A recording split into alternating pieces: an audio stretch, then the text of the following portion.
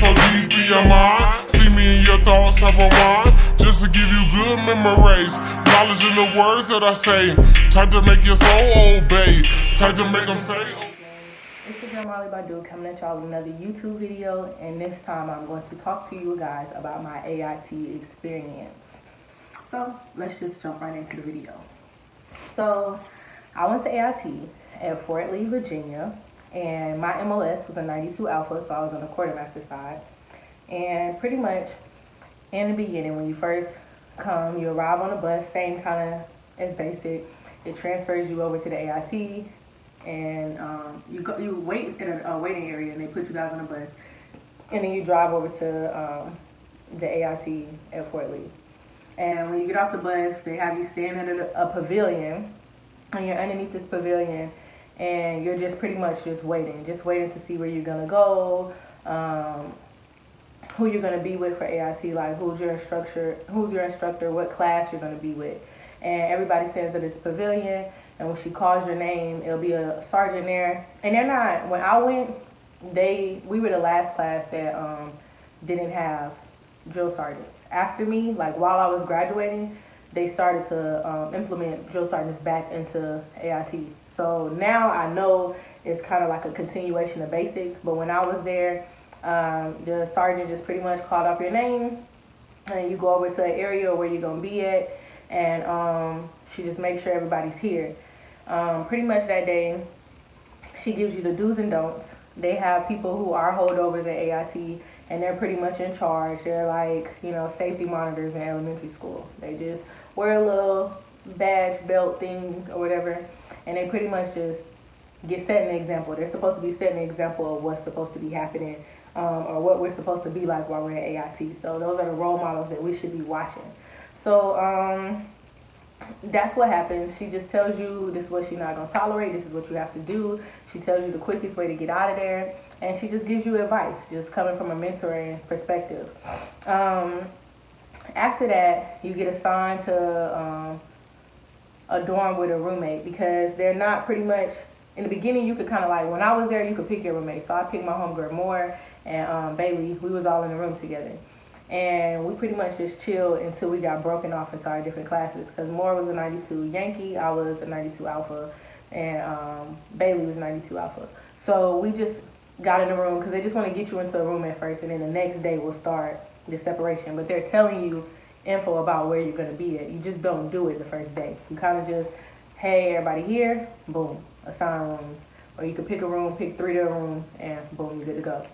So after the first day of doing that, just again, make sure everybody here, they split us up, and now you with just either 92 Yankees, 92 Alphas, or whatever other MOS you have as quartermaster, you're with that group. For the first day, we pretty much just woke up, breakfast, you march to breakfast, you march to chow, you pretty much just, back to the schools, you go into classes, get a speech on chart, get speeches on things that's going to happen. And then they tell you, we're about to drive y'all over to your actual building. This is just reception of AIT. We're going to drive you over there to your building. So it's pretty much like another shark attack, but it's very minimal. It's very minimal. They don't do all the extra shenanigans that I showed you in the other video. And one of my commenters reminded me, if you do go to AIT or if you do go to basic training, please do go during the summer, because the winter is the hardest. I went in November, and it was icicles on my eyelashes. I pretty much lost my eyelashes because of it. It was horrible. Do not go during the winter. You probably won't survive. It's very hard. Go during the summer, where it's easy to run, breathe, work out. It's easy for you to succeed because it's hot, humid weather. So just throw that in there. So the good thing about me going in the summer is, by the time I did get to AIT, going in the winter, by the time I did get to AIT, it was hot again. So that was cool. So we ended up driving to Fort Lee, Virginia, the quartermaster building, and I was in G-Force. So I was in the G-Force, and I went to their building, and you get on the pavilion with all your stuff now. Now you got your stuff you done came from basic with, your toiletries, all that stuff, and it's heavy. You got suitcases full of paperwork. Some people went home and took leave before they came to AIT and got some things, so you got to bring all that stuff and carry it. So I would still say to pack like because you just don't want to deal with that. Just leave some stuff at home. You won't need it at AIT. Trust me. Paperwork you might most definitely need, but clothing and stuff like that, just wait. AIT ain't about all that. You there to get your education, figure out your MOS, and get out of there. Trying to show off with shoes and clothes is just your focus is off. You're there for the wrong reason. Just get in and get out, and do that stuff after you actually in big army. Actually, after you graduate. So pretty much you go into the pavilion. They yell at you and stuff, telling you got a certain time to clean all this stuff out your bag. If you got any of these things, throw them away. So I lost a lot of toiletries and things that I had because they made me throw it away anyways. Even razors and stuff. Like, I think they make you get more, a different type. So I did all of that, and then they told me, go to this room. This is the room you're going to be staying in, whatever.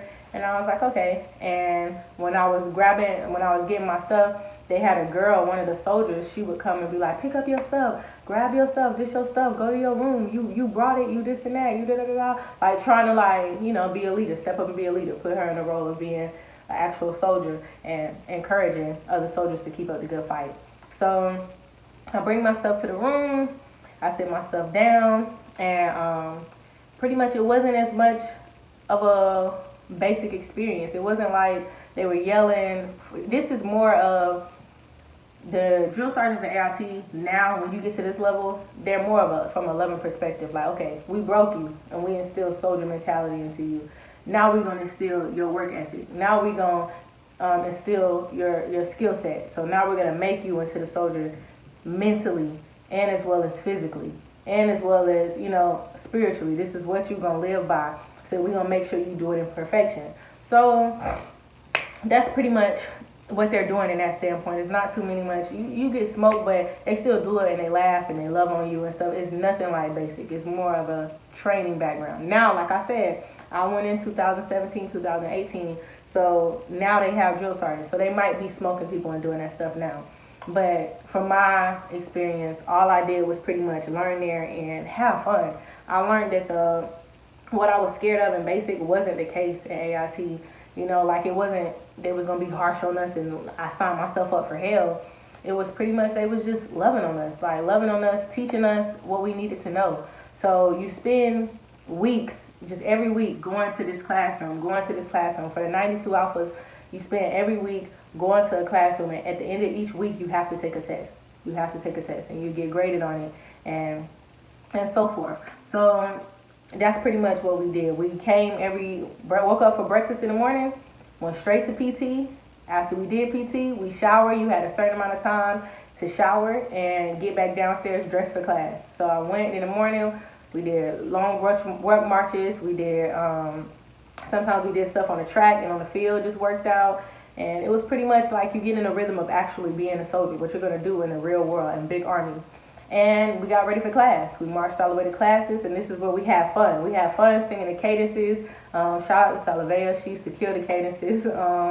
We used to do cadences and just make it an experience, a bonding experience, family. We had so much fun. After the first month, they took our phones for a whole month in the beginning. And after the first month, we was able to get our phones back. Contact our family, and it started to feel like an actual soldier in the army. So that was the beautiful thing about it. Now, with the testing, every week you take this test, and if you score high every week, so every Friday after you take the test, if you score high, you're up to be distinguished undergrad. So you up to be distinguished undergrad, or you can just be undergrad. And I was an undergrad, so I played a lot. I had fun a lot. I was really goofy. I had fun with my drill sergeants, and I just had the type of personality that it wasn't I was planning to be mischievous or try to get in trouble. I was just planning to have fun, and I was trying to make everybody's mood better because I'm an empath. So if I feel like the mood is off or like everybody kind of just not feeling it, I try to make people laugh. I try to have fun. I try to be goofy, and that's just how I am. It's my personality. That's my spirit. I'm serious when I need to be serious, but I love to laugh. I love to make people happy. I love to have fun out of things and get the joy out of life and just make the experience overall memorable. So that was my objective. I was pretty much the class clown, always playing, always laughing, but still did my work. That's how I was able to get undergrad. Advice I can give for you, because that's pretty much the gist of it. You take that test every week. Every week you score high, and at the end of it, they do undergrad, graduate, and then you build a family. You pretty much build a family. You know where your next duty station is going to be at. You know if you're going to be a holdover or not. Like I had to be a holdover because they wasn't ready for me yet to go, and I was going to Germany. So you pretty much sit there. If you're a holdover, you stay for a few more days or whatever, and then that's pretty much the experience. Yes, you're gonna have to go to a lot of classes. Yes, you're gonna get smoked. Yes, you're gonna. It's pretty much basic training with less. You know what I'm saying? Force, less drilling, less all of that. But now it might be the same as basic training and an extension of basic training. When you test out and you get honor grad, they give you a certificate with a gold little medal on it. I have one. And you pretty much get to walk in front of the stage and have a longer time to represent yourself and come to the front so people could see who the honor grads is. And then the rest of the class, they just march, say their name, where they from, and keep it moving. Same as kind of like basic. The do's and don'ts. So things that you shouldn't do while you're in AIT. I got in trouble at AIT for sneaking off and doing what I wanted to do. I was hungry. Like, I'm not gonna lie, I was hungry. And me and my battle was hungry. So we would sneak off. Well, we sneaked off one time. And it was 3 of us. We sneaked off one time and went to Pizza Hut to get some wings because we were just tired of them feeding us this DFAT food. And then you gotta remember, me and my battle, we was older. So everybody else like 17, 18, they gonna be humble and meek and, you know, listen. And we kind of was just like, man, we ain't doing this. We hungry. Like, we need to eat, like, eat some food. So we said we was going to church and really went to the BX and got some wings, hid out in the corner and tore them up. And somebody snitched on us. So somebody who was arguing with one of the girls that I was with told the drill sergeant, like, hey, they snuck off and went. They said they was going to church. They snuck off and went to the BX. So, boom, we walking around the BX. We eating our wings. We done got our little stuff, our little snacks and stuff, trying to be, like, fly, acting like we regular soldiers, seeing the dude soldiers, like, hey, like, thinking stuff sweet. And then, boom, the drill sergeant right there. And he like, Shepherd and blank, now, outside. So everybody just like, ooh. And you know we stand out like a sore thumb. We got fuzzies on. We don't got no patches. So you know we AIT students. We weren't supposed to be in there. At the end, he like chewed us out outside. And we was both outside scared. Like, dang, I hope we ain't finna get kicked out. Like, we just wanted some pizza wings. We just wanted some pizza. Like, we hungry. Like, but what I can say is that he was a cool dude. He was a cool drill sergeant. He didn't. We got in trouble, yeah. You know, we got smoked, whatever. We got some type of extra duty. And it really wasn't bad. Like, he understood because we was the older one. So he kind of understood. But I would say do not do that. Because now y'all have drill sergeants back. And it probably is not going to go the same. They probably reinforce some strictness. Because people were sneaking off if they got in a little relationship. And they had a little boo thing. They would sneak off to go have sex. Sneak off to go drink. That is not okay. Sneak off to just go off post and hang out. Like, they was just doing whatever as long as they made it back at the hit time when church was over or whenever the event they said it was going to was over. And I would say don't do it. Don't do it because it's always going to be people who see you getting away with stuff that's going to get mad and telling you. Even if you doing your dirt solo, there's always going to be people who just going to be mad that you was able to do it and they can't. And they just miserable and they just going to tell. And that's just what pretty much happened. And you can't get mad at them because you shouldn't be doing it anyways. Because it doesn't even have to be the case of them being mad. It's just you should be doing the right thing. And probably they're a person who live by the right thing. And they feel like you need to tighten up. You came in for a reason. You need to tighten up. So they probably telling you. Whatever their reasons is justified because you shouldn't be doing it anyways. Just like I should have been doing it. So whoever told on me, cool. You wouldn't have nothing to tell on if I wasn't doing it. So pretty much I was guilty. That's one thing. So don't lie and say you're going to church and you're not going there. Second thing not to do. Do not click up. Don't click up. Like, have friends, make the moment memorable, have fun.